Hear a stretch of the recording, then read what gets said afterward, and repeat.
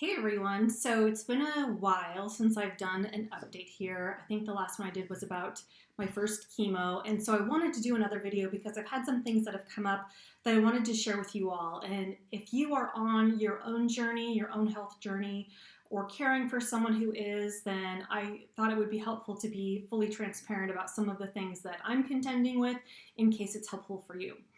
So after my chemo, my first chemo, went back in, had my second treatment, and pretty much it was lather, rinse, repeat, very similar. First week was a lot of symptoms as far as nausea and sour stomach and just lack of energy, cold sensitivity in my fingers. But then after about a week, it pretty much dissipated, and then I started to feel a little bit better, back to my, quote unquote, new normal. And that's what I really wanted to talk about today, is this kind of new normal that I have become accustomed with. Now, if you've been following my journey, you know that in the beginning of August, I had a Sigmund, this is so complicated, a sigmoid colon resection surgery. So they took part of my colon, they took the tumor out, they removed a portion on either sides of the tumor, and then reconnected my colon. And since that time, I have had, I just say, a lot of pain. And I've been kind of rating it on a weekly basis. Sometimes it's on average about a 7, and it kind of seemed that after about a month post-surgery that it stayed at about a 7. After about 2 months, though, when I thought it should be getting better significantly, I noticed that I was having days where my pain was literally hitting at a 10. Lately, obviously, I've been quite distracted just dealing with chemo and those symptoms, but underlying, once I get back to normal and I'm not having the chemo symptoms, I'm still having all of this pain.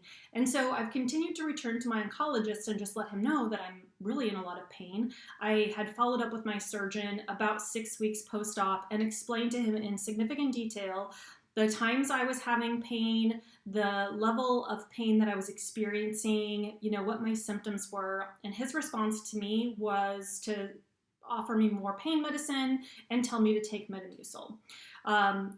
And so neither of which really resolved things. I have continued to be on the same pain medicine that I was on in the hospital. So now I am 10 weeks on painkillers, which means, I've got a little bit of cognitive fog, limited ability to kind of really drive and keep focused on things all day long. And so it's been a pretty significant concern for me, because when I initially asked my doctor about the pain, he said it shouldn't last but maybe a month. I mean, and when I actually suggested that it might be a month, and he said, oh no, it should just be a few weeks. So thinking after I got home that in a few weeks things would clear up, I was a little surprised when time continued to pass and I was still experiencing all of this pain. Hence why I messaged him after 6 weeks to let him know about the pain. 6 to 7 to 8 weeks, it's still lingering. And then here we are about 10 weeks post-op right now. And my oncologist said, I think we need to do something about this because this isn't normal, thank God. And sent me in last week for a scan. So after the scan, I got this narrative with, of course, all these medical terms that I began furiously Googling. And one of the things that they had indicated was that there was a significant backup of bowels in gas in my colon, which, I know we're like, I'm keeping it real here for you guys. So obviously this is a huge concern for me. And so my oncologist called me and he said, essentially think of your colon as a tube, which it is. But he said, imagine I came along, with your tube where you've kind of got all this matter going through, and I came in and I just squeezed the center of it and I cinched it up. And he's like, that's pretty much what happened with your colorectal surgery, that it got cinched up.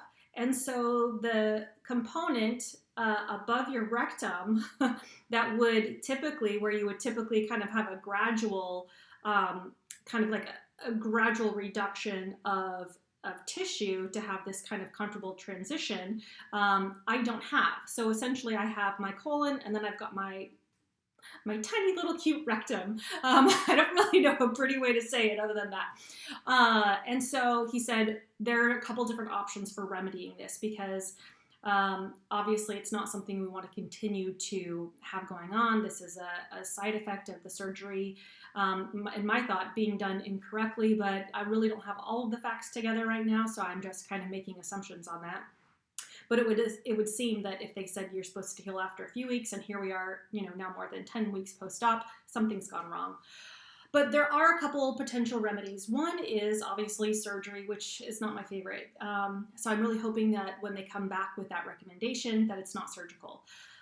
The non-surgical remedy for it is essentially the process being similar to a colonoscopy, but instead of just having the scope go up to, take the camera in and kind of evaluate everything, they would insert a balloon into your rectum and then expand it at the point where there's the cinched area of the colon to help it grow, help it expand, and then that would essentially provide relief from all of the backup that's happening within my body. So fingers crossed on that whole situation, and I'll do another video once we've got a remedy prescribed for that, whatever it is. In the meantime, I wanted to talk a little bit about diet, because a lot of people have offered a lot of recommendations. I've talked to a dietitian, and of course nobody has anticipated that I would have a post-surgical complication. And in this state, I did a lot of research, and of course I watched a lot of YouTube videos. The recommendation is typically what's called a low residue diet. And I will pop in right here what that looks like for you so you can see. And it's very different because a lot of times when people are recovering from a colon surgery, the recommendation is, of course, immediately you're fasting, then you go to liquids, then you go to smushies, then you go to like a regular diet, but focusing on high fiber foods. And that's been the recommendation from everyone. It's pretty much to tell me fiber, fiber, fiber. Even my doctors like Metamucil, and even the dietitian I talked to was like really pushing fiber, fiber, fiber. Well, when you've got a colon situation like I have, when you have more fiber in your diet, what happens is that fiber collects as stool, processes and collects as stool in your bowel and puts pressure on your bowel. So that means that the place where I'm going from, the normal part of my colon down to the very cinched part of my colon, there's a lot of pressure there because I have all of this fiber that I've eaten that is now creating pressure on my colon. And to alleviate that, I've been taking some supplements as recommended by my doctor and my oncology team.